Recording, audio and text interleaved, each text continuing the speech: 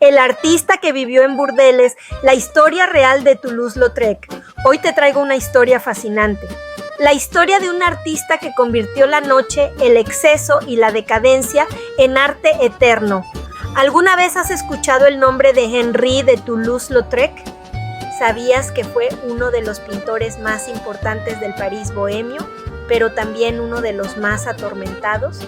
Hoy no solo vamos a hablar de su arte, vamos a entrar en su mente. Quédate hasta el final, porque esta historia tiene de todo: talento, tragedia, obsesión y una vida que terminó demasiado pronto. Contexto y nacimiento. Nació el 24 de noviembre de 1864 en Albi, una pequeña ciudad del sur de Francia. Pero no nació en cualquier familia. Venía de una familia aristocrática, extremadamente rica, pero también profundamente cerrada y conservadora. Su padre era un conde excéntrico, amante de la caza, los caballos y la vida salvaje. Un hombre que valoraba la fuerza física, la virilidad, la tradición. Y su madre, profundamente religiosa, sobreprotectora y emocionalmente dependiente de su hijo. Pero hay un detalle que cambia todo. Sus padres eran primos hermanos, y aquí te pregunto, ¿hasta qué punto las decisiones de una familia pueden marcar el destino de un hijo? Infancia y problemas físicos, profundidad psicológica. Desde pequeño, Henri era un niño sensible, observador, callado. Mientras otros niños jugaban, él miraba, analizaba, absorbía, pero también era un niño que buscaba aprobación, especialmente de su padre, un padre que nunca lo vio como suficiente. Y entonces llegaron los accidentes. A los 13 años se rompió el fémur izquierdo, a los 14 el derecho, 2 fracturas en plena adolescencia, 2 golpes no solo al cuerpo sino al alma, porque a partir de ese momento todo cambió. Su cuerpo dejó de desarrollarse, su infancia terminó antes de tiempo, se quedó atrapado en un cuerpo que no correspondía con su edad. Y aquí entra algo muy importante. Henri comenzó a sentirse observado, juzgado, diferente, incluso rechazado. Se refugiaba en su madre, quien lo protegía en exceso, pero al mismo tiempo eso lo alejaba aún más del mundo real. ¿Te imaginas crecer sintiendo que no encajas en ningún lugar? ¿Que ni siquiera tu propio padre te acepta como eres? Ese dolor, esa sensación de no pertenecer, se convertiría en el motor de su arte, descubrimiento del arte.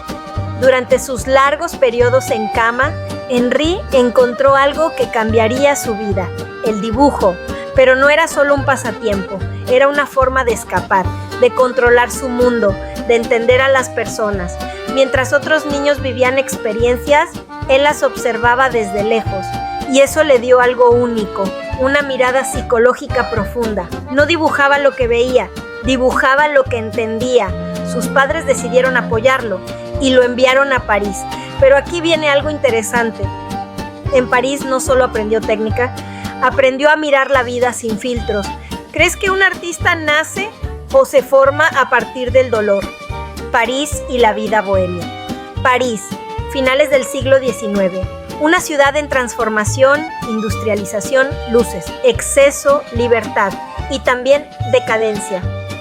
Henri encontró su lugar en Montmartre, un barrio lleno de artistas, prostitutas, bailarinas y personas que vivían al margen de la sociedad. Y aquí hay algo clave: por primera vez en su vida no era juzgado.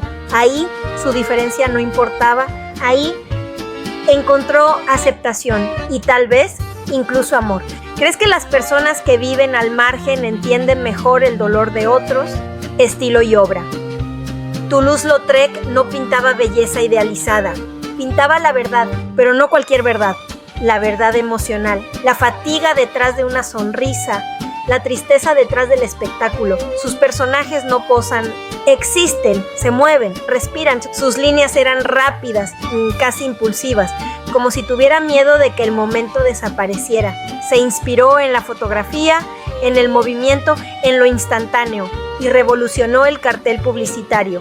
Convirtió el arte en algo accesible, en algo urbano, cotidiano. ¿El arte debe ser perfecto o debe ser honesto? vida personal y excesos. Su vida personal era compleja. Nunca se casó, nunca formó una familia, pero no porque no quisiera, sino porque probablemente sentía que no podía. Frecuentaba burdeles, pero no solo por placer, ahí encontraba algo más profundo: compañía, aceptación, humanidad. Muchas de las mujeres que pintó no eran objetos, eran personas con historia, con dolor, con rutina, pero también cayó en excesos, alcohol, absenta, autodestrucción, incluso escondía alcohol en su bastón.